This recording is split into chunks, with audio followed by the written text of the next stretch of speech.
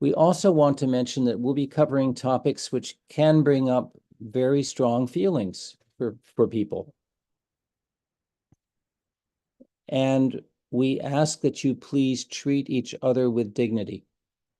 We will mute or remove people who behave in a way that feels unsafe to others, like yelling or insulting others. I've never experienced that on one of these conversations and don't think we will tonight either, but it is said. We want you all to be engaged and heard, but we've also made a commitment to protect everyone as best we can in this space. I just want to double check. Doreen, I heard that the recording had stopped. Have you been able to resume it? It is now live streaming. Okay, that's great. Good. Tonight, we are honored to welcome Ann Wright, who comes to us after another long day of lobbying Congress for another ceasefire in Gaza and the cessation of military aid to Israel. Ann Wright is a retired U.S. Army colonel and a U.S. diplomat who resigned in 2003 in opposition to the war in Iraq. She has served as a U.S. diplomat in U.S. embassies in Nicaragua, Grenada, Somalia, Uzbekistan, Kyrgyzstan, Sierra Leone, Micronesia, Afghanistan, and Mongolia. Ann, is that all? Since her resignation, she's been working with many organizations that work for peace in our world, including Veterans for Peace, CODEPINK, Women for Peace, Peace Action, No to NATO, and the International Peace Bureau. She writes extensively and speaks at events around the world. We're going to hear from her tonight about how wars end. And after she's finished speaking, we'll move to question and answer. Again, we encourage you to put your questions in the chat.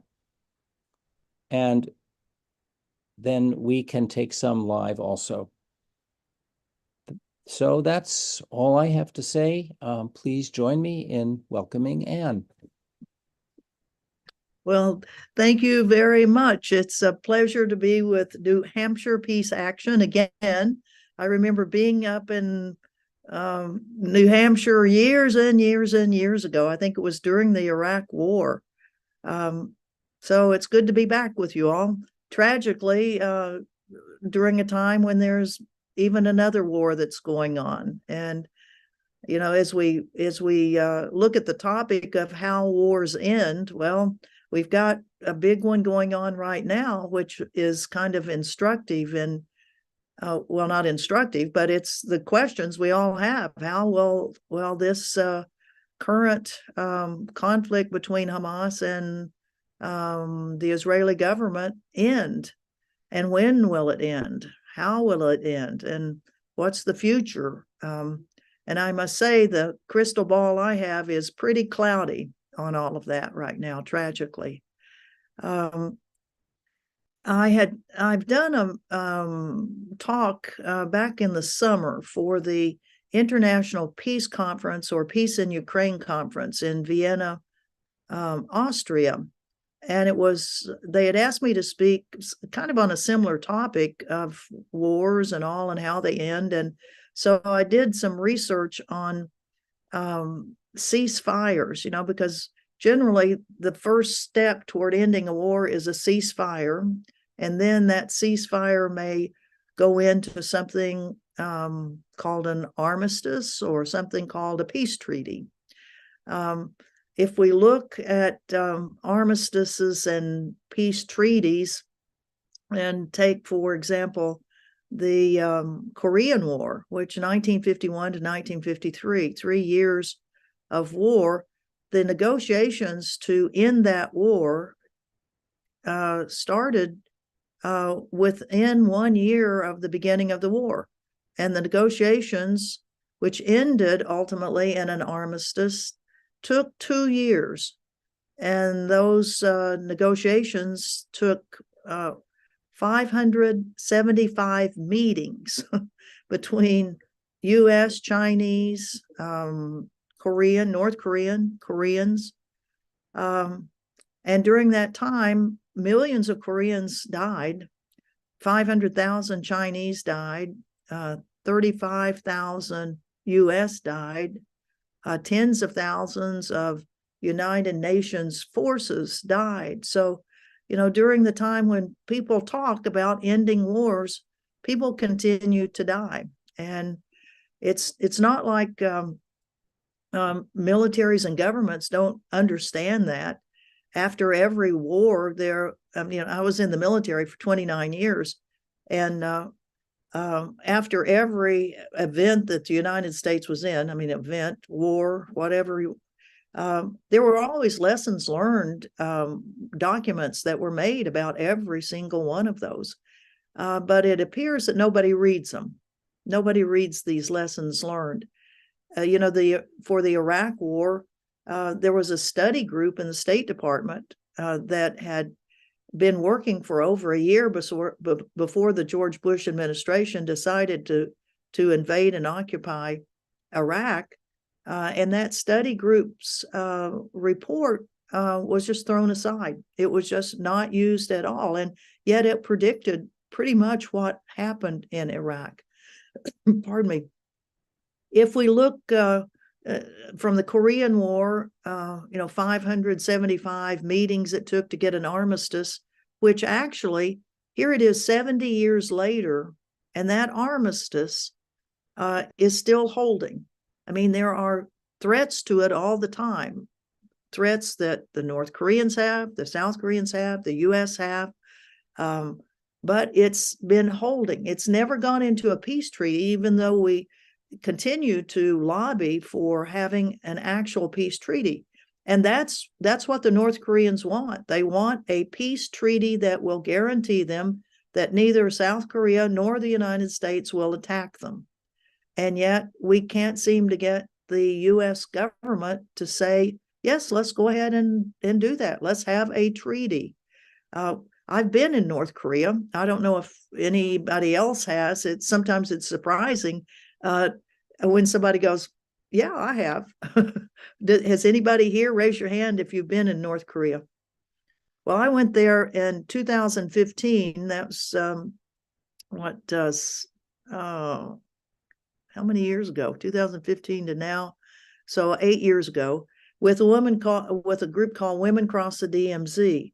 We took 30 women from 15 countries to go to North Korea to talk to people. And we talked to North Korean women selected by the government of North Korea. There's no doubt about that. But we had a symposium that lasted all day on war and the effects of war. And members of our delegation who were specifically chosen by our organizer, Christine Ahn, to come from conflict countries so that they could give their what had happened in their countries with war, as we listened to what the North Korean women talked about, the residual effects of that war that was 70 years ago. So the trying to get some sort of a permanent cessation of hostilities is tough. We have Vietnam as an example. The U.S. started sending troops into Vietnam in the early 1960s, and by 1968, there had been over 500,000 U.S. military in South Vietnam. Lyndon Johnson actually started the move toward having some sort of peace talks in 1968, but the talks really never got going until 1973. And that 1973, they finally got a peace treaty. The warmonger Henry Kissinger was a part of the peace treaty. He and the North Vietnamese negotiator both ended up getting Nobel Peace Prizes for that. But when you look at how long it took from 1968 to 1973, there were millions of South and North Koreans that were killed. The United States had 55,000 that were killed. and an untold number that were wounded during that. So these things take a long time, and lots and lots and lots of people get killed during the time when finally parties start talking to each other. Right now we have the war, Ukraine and Russia, a war that I felt didn't have to start, and it certainly needs to stop. There are indications. I don't know if you've read the latest thing that Seymour Hersh wrote, and then there have been a couple of other articles about the possibility that generals, the head of the chief general of the Russian forces and the chief general of the Ukrainian forces are having talks. And they wouldn't have talks unless Putin and Zelensky both authorize those generals to have talks. One would hope that these talks will not be interfered with by the United States government and the British government and others that I feel had a hand in not resolving this much earlier. I mean, like within months after the decision of the Russian government to go into the Donbass regions and attack Ukraine. So we hope that those discussions, if indeed it's true, that those can lead to some sort of an agreement, first a ceasefire, and then probably a long-term negotiation of what the aspects of a armistice or a peace treaty or whatever they're going to call it can occur. But it certainly is so important. I mean, the casualties that the Ukrainians have had, that the Russians have had, the incredible amount of military weaponry that the United States and NATO countries have provided to Ukraine, the huge amounts of money that have been spent in the last 2 years on yet another war, are things that I think we as the peace community question very strongly. Why in this day and age that it seems that diplomacy is not allowed to work, that talking out problems seems to be a very dangerous thing, rather than going ahead and starting wars that kill lots and lots of people and then ultimately end up in negotiations, in talking to each other. It's a strange phenomenon, and having served in the State Department for 16 years and as a diplomat, I am not pleased at all about what this administration and its Department of State has been doing, either in the Ukrainian-Russian situation, nor in what's going on right now in Gaza. For sure, I mean, there is no excuse. I mean, there are reasons why Hamas has been fighting, but there is certainly no justification, in my opinion, for what was done on October 7th. And the horrific numbers of people that were killed, that's horrible. It's terrible. The revenge, retribution, retaliation that the government of Israel is doing right now is horrible, terrible, unbelievable.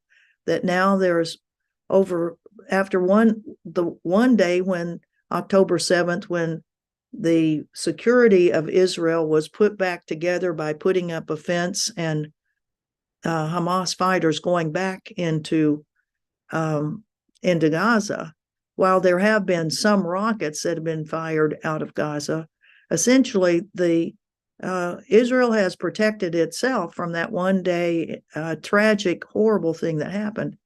But now we see an unbelievable number of people that are being killed with U.S. weaponry, with U.S. money.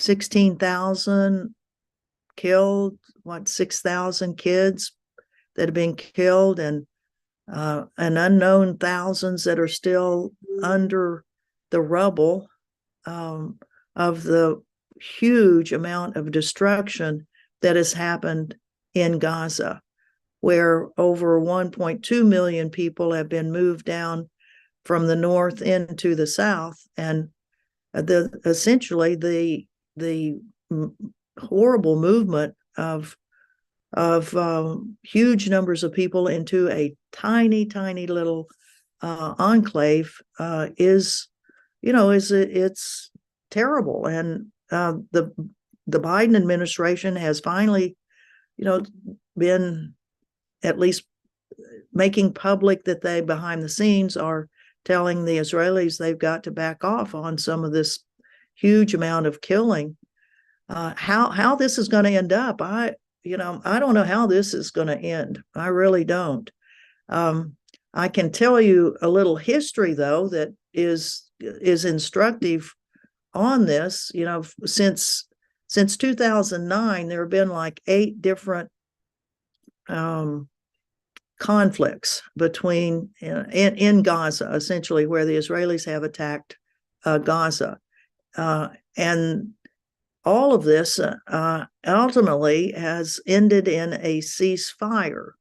So just to kind of go over some of this, in 2009, there was a 27-day Israeli attack on Gaza that killed 1,417 people, Palestinians, and 13 Israelis died during that 27-day attack, which ended in a ceasefire.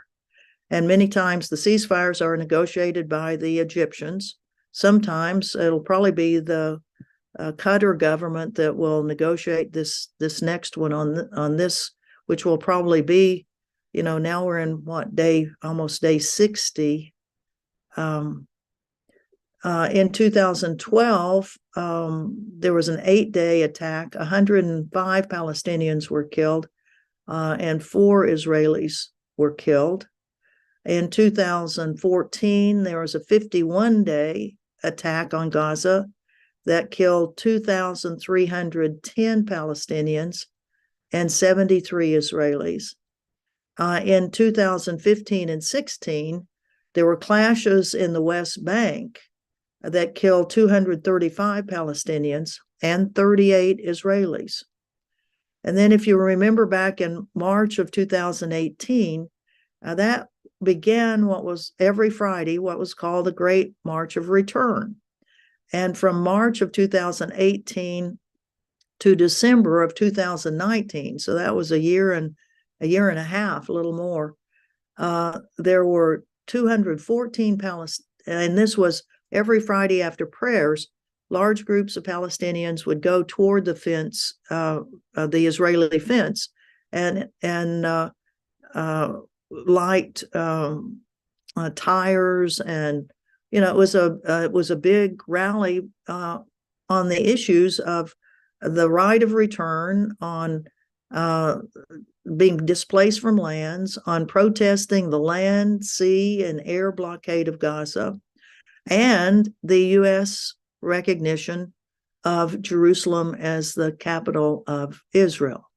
Well, during that year and a half, every Friday, as the young people would go to the fence, during that period, there were 214 Palestinians that were shot by Israeli snipers, including 42 kids. There were over 36,000 that were injured, that were wounded. And many of them were wounded in a way that they were shot at the knees so that their legs would be amputated. I think there was something like 200 amputees there. In 2018 alone, there was a 3-day attack that killed 19 Palestinians and 3 Israelis.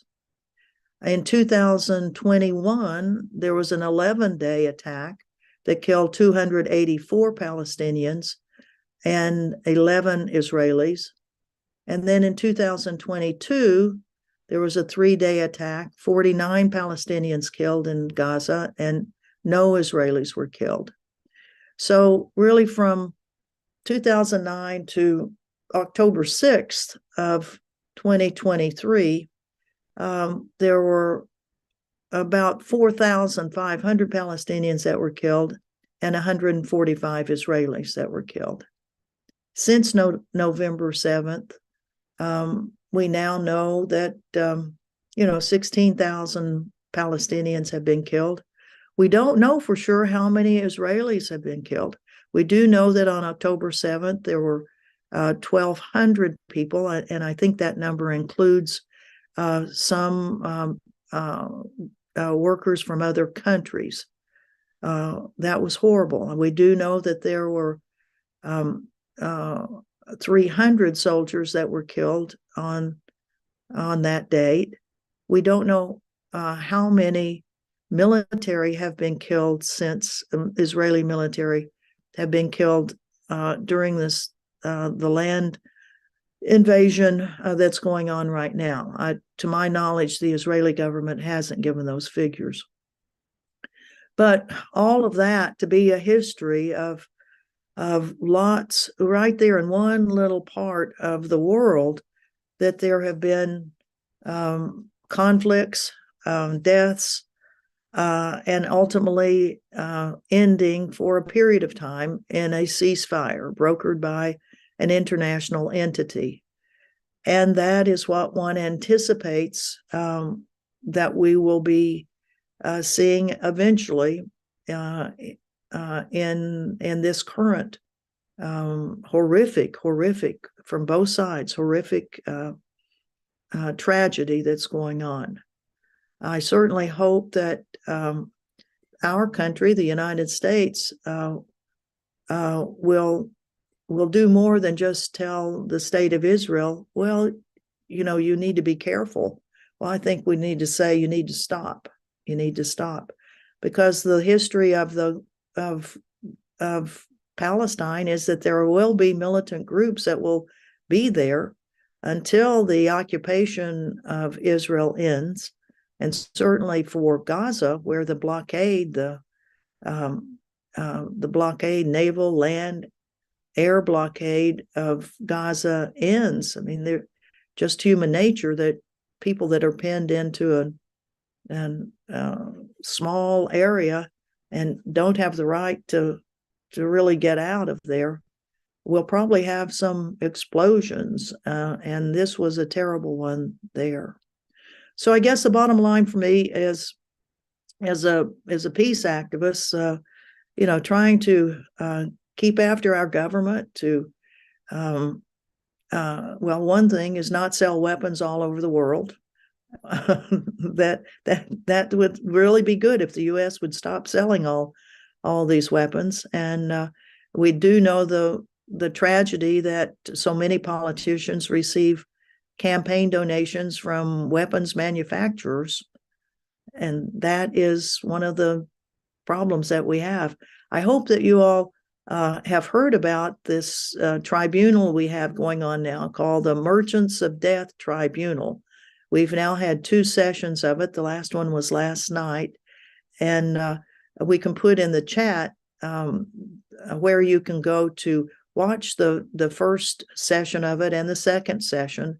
They're really very, very interesting compilations of information about how 4 particular weapons manufacturers have been a part of, the wars not only the U.S. is in up to its neck, but the ones that it has pushed for, and may not be directly involved, but certainly involved by selling weapons to various sides of it. So Merchants of Death is kind of a strange name, but it's pretty accurate, I think, on it. So I think with that, I will stop and certainly attempt to answer, acknowledge your questions. And I guess the bottom line, we all have to keep working for peace. And as we go into the Congress every day and ask, and we were in 15 different offices today on the House of Representatives sides, the members of the House Foreign Affairs Committee, urging them for a ceasefire, come out publicly for a ceasefire, and to not give more military aid to Israel. You know, the Biden administration has $14 billion that they're proposing to give to Israel. We do give Israel $3.8 billion every single year in military aid, and we are urging that Congress not to do that. We ask the interns that we speak with as the face of the congressional office, are they receiving phone calls and emails about this? And oh my gosh, yes. So everyone's doing a good job of calling. Keep it up, keep sending emails in, and please join demonstrations in your towns to end this and have a ceasefire. Thank you very much. Thank you, Anne. I'm going to lead off with a question, maybe a couple of questions, and then I'm going to ask Amy to choose from the chat room initially. I think reading history as a child, as a student, I heard of wars being won and wars being lost. There were victories and there were defeats, and wars seem to end with someone winning and someone losing. It doesn't seem so much to be that clear today. I'm not sure that was ever actually as clear as the textbooks made it sound. You are an advocate for talking, for starting to talk, for not getting into war in the first place, but immediately starting to talk about a ceasefire, not waiting 2 or 3 years until thousands or however many people may have died, not to mention all the other destruction that comes from a war. You spent 29 years in the military and 16 years in foreign service, in diplomatic work. We read recently of diplomats, some people in the State Department who've resigned in protest of the handling of this war, and of staffers for our congresspeople who've also either resigned or been very upset about the stands of the people they work for. Do you find among your colleagues, whether military or diplomats, people who have worked professionally in this field, not politicians, do you find a receptive audience to your message?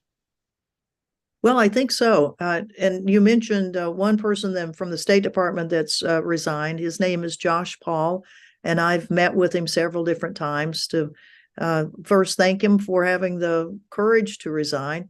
You know, if it weren't for the fact that most everybody has kids in college, has a mortgage, has financial obligations, a lot of people would resign over issues. In fact, when I resigned 20 years ago in 2003 over the Iraq War, I got hundreds of emails from colleagues, diplomatic colleagues in embassies all over the world saying, oh my God, you're doing the right thing. This is the stupidest thing the US has ever gotten itself into. And if I didn't have those kids in college, or if I didn't have the mortgage, if I could be assured I could find health care afterwards, I would resign. And it gave me the sense that while there were 3 of us that resigned over the Iraq War, that there were plenty of people during that period that were very, very upset about what we were doing in Iraq. And as you mentioned, what we're hearing from the State Department, that Tony Blinken is having offline conversations with large numbers of State Department people, and essentially what he's told them, which he will live to regret on this, I'm sure, is that if you don't like this, go find a different job. Get another job in the State Department. So he's not really being very receptive to their message that this is a dangerous policy for the United States. It's dangerous for the state of Israel. It's dangerous for the United States, and it's killing Palestinians like crazy. So that, and then over 1,000 people in USAID have signed a letter as professional development people saying this is terrible. And then inside the Congress, there are groups of staffers. And in fact, when we go into offices, we always mention that we appreciate, that they are there and that they too have consciences, and that we hope that their conscience will lead them to talk seriously with their senator or congressperson about what needs to be done. And some of the staffers we've talked with, you can tell that they are just, they're in agony. That they, right now there are only 4 senators that have called for a ceasefire, and yet there are 10 senators who haven't called for a ceasefire but have been in negotiations or in discussions with the White House.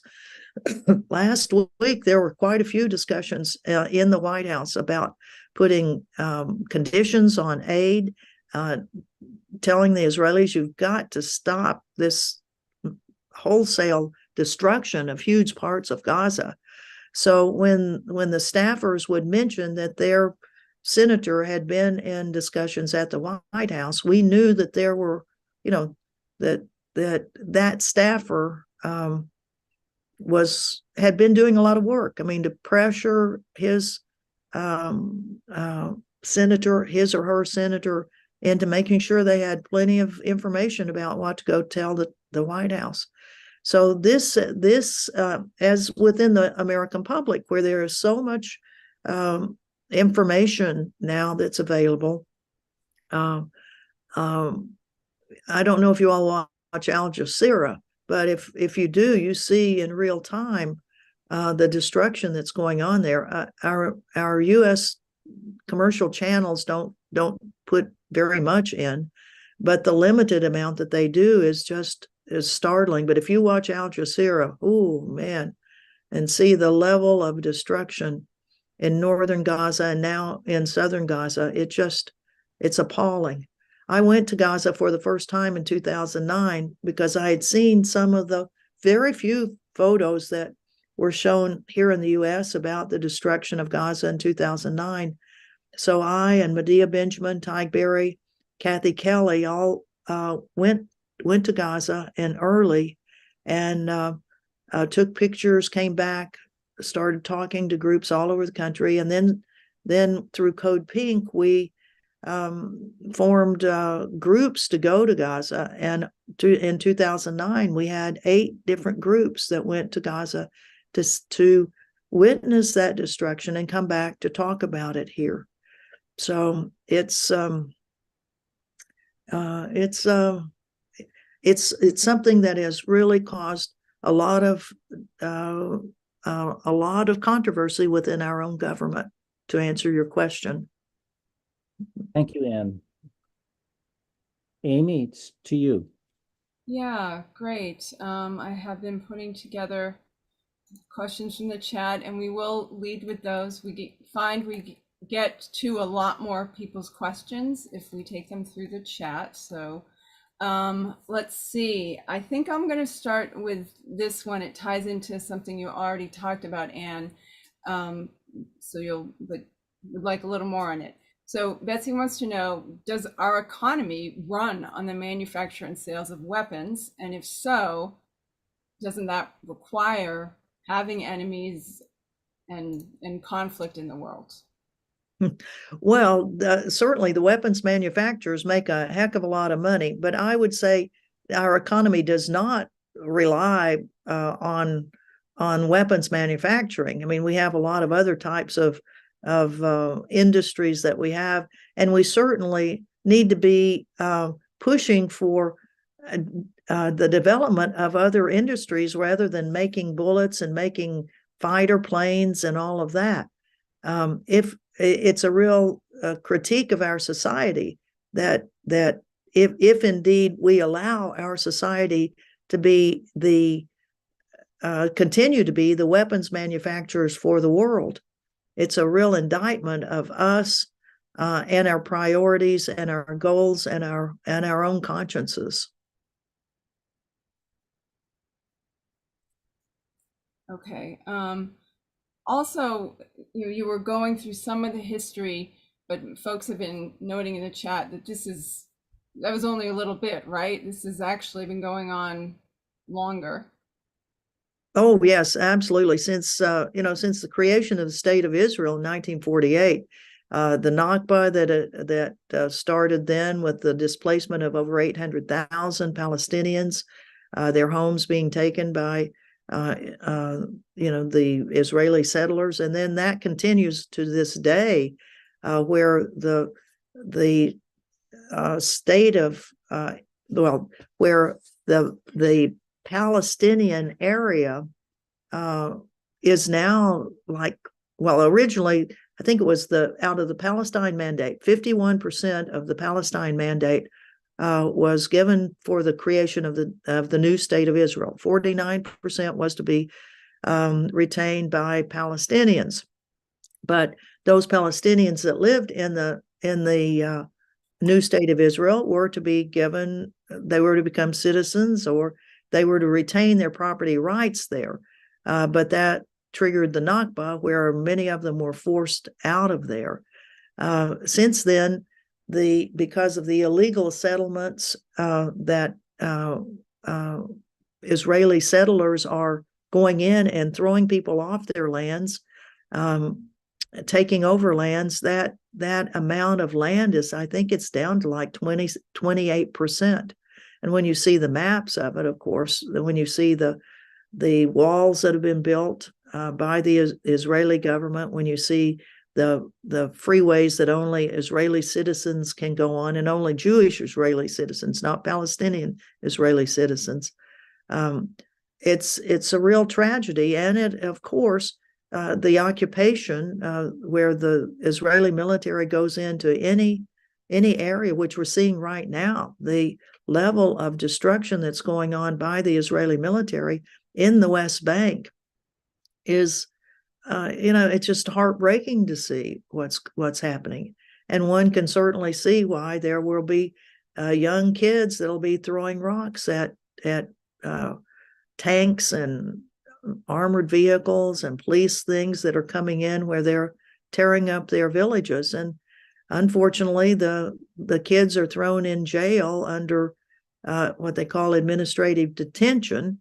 They're not charged with anything, but they're just detained for months and months and months. And as we're hearing from some of the kids that came out with this hostage prisoner exchange, the conditions in those jails have been getting worse and worse and worse since October 7th.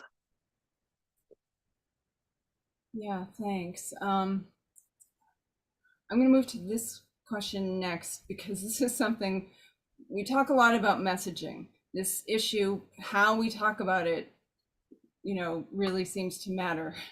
People have so many deep feelings about it.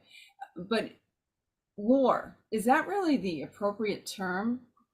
Because war generally implies like two governments or two equal somewhat equal parties fighting. So can we really call this a war?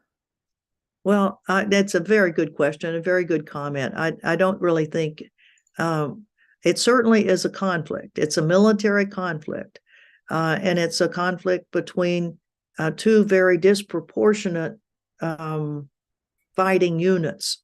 When you have the Israeli military, which is one of the largest and most well-equipped, certainly in the Middle East, and you have a militia, which has rockets. I mean, it's staggering to me how many rockets that Hamas and some of the other militant groups that are in Gaza have been able to fire and continue to. Apparently today there were more missiles that came out of Gaza toward Israel. But as far as having, like military training areas, maneuver areas where you train, things like that normally are a part of what's called a military force, and where you have military headquarters, the tunnel system that Hamas developed over a period of years is, it's a new concept on conflict operations. I'll say it that way. I think this will be studied by US and other military forces for a long, long, long time. what also will be studied was the total collapse of the most, kind of, the professional Israeli military forces that let their guard down, let their pants. I mean, it was unbelievable that this force of Hamas militias were able to do what they did on October 7th. And if the Israeli military was really concerned about its self-defense, it never would have happened. I mean, it is incredible that that group, that the Hamas fighters were able to take bulldozers, knock down fences, run motorcycles into Israel, fly gyrocopters into Israel, use little drones to knock out security installations and military installations, and communications places, so that in a one-day period, less than 12 hours, they were able to do all the stuff that they did. There are reports that the Israeli military, when it finally started responding, was so far kind of in the hole on this thing that the decision was made by senior people that in order to get the Hamas fighters and whoever else came across the border, that they were authorized to shoot with Apache helicopters, Hellfire missiles that normally they use on Palestinians. They were told, in what's called the Hannibal Doctrine, told to go ahead and blow up parts of the kibbutz where the Hamas fighters were. And their aim was to kill the Hamas fighters, but it appears that there were a lot of other people that were killed.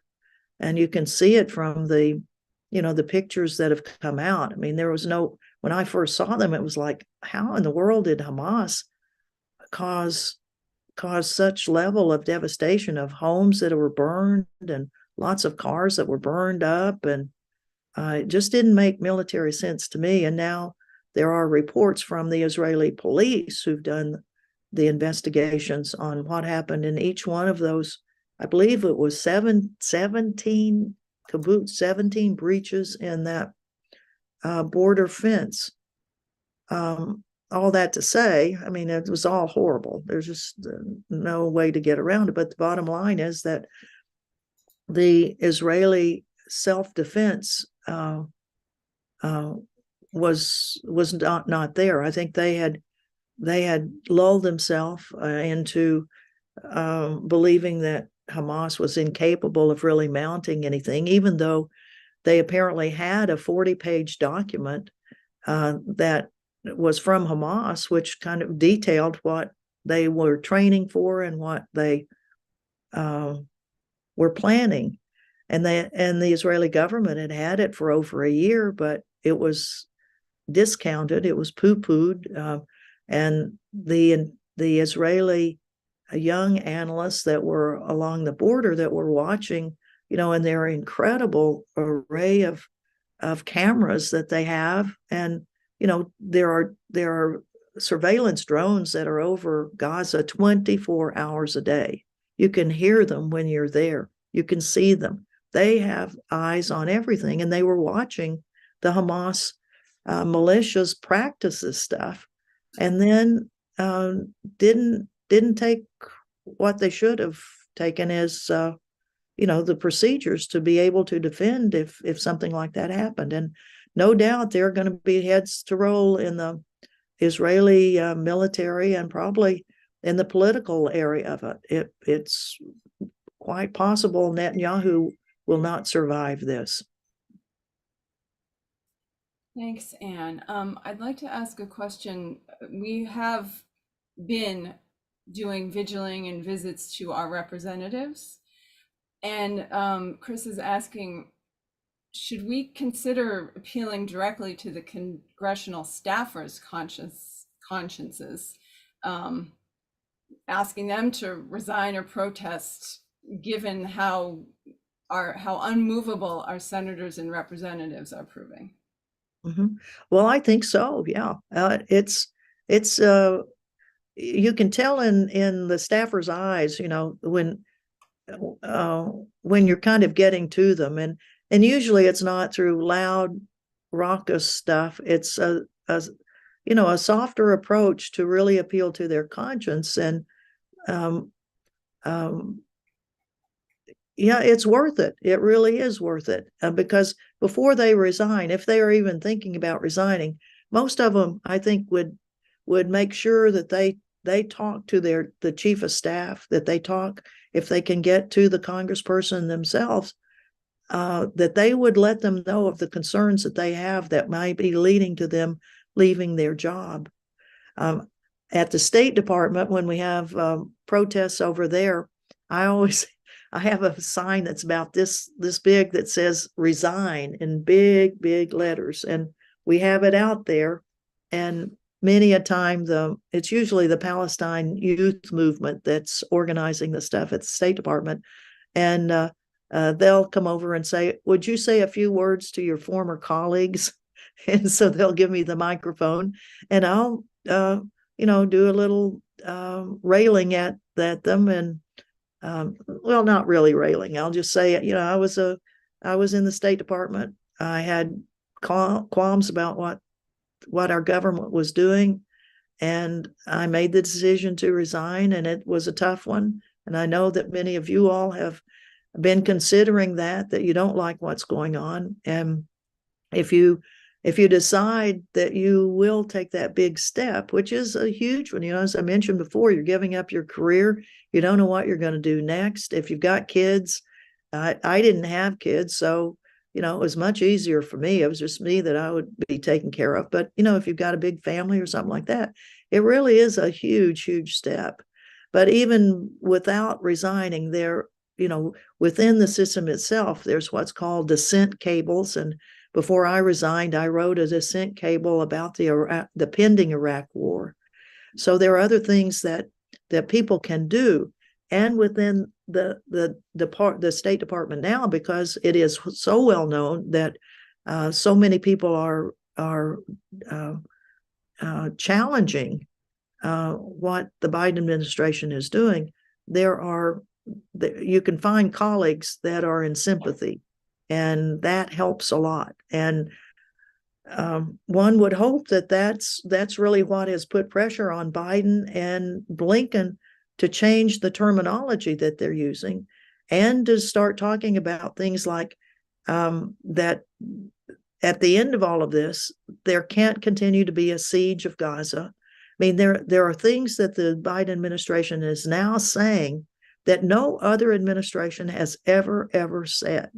Now, whether they'll follow through with it and really put pressure on the Israeli government on the things that they've identified, I don't know. But that's where we come in, that we have to keep pushing and pushing and pushing to say no more siege of Gaza.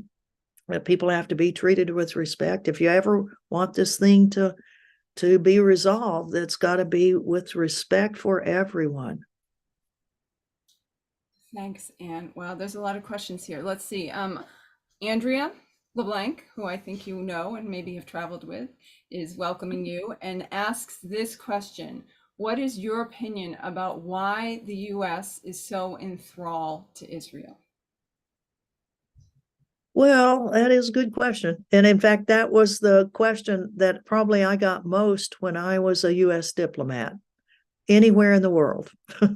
There would always be a question: why does the United States always support anything that Israel does? And I think still the answer that I would give is that it has been a policy for so long. With the creation of the State of Israel, and I think part of it, even for that, was that there were initiatives after World War II that there would be other places for the homeland of the Jewish people, and some ideas were in the United States, that there would be land set aside. And the U.S. finally, the U.S. government said, no, that'll never happen. And there were shiploads of Jewish refugees that were turned around by the United States and never got to land here.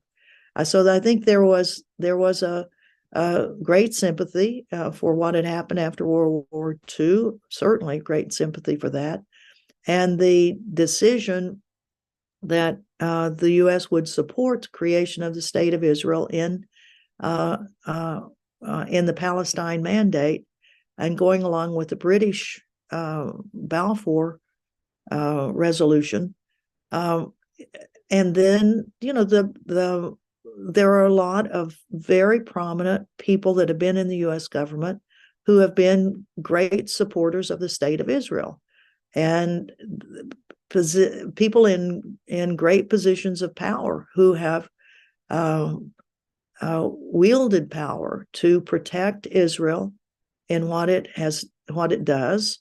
We see that continuing, of course, to today, where the United States challenges any nation that brings anything, into the UN General Assembly and the International Criminal Court.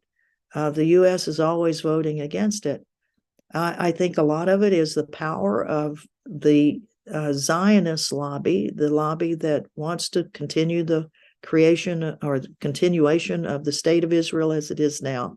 Now it's and also joined in hand with evangelical Christians who are very prominent and very powerful.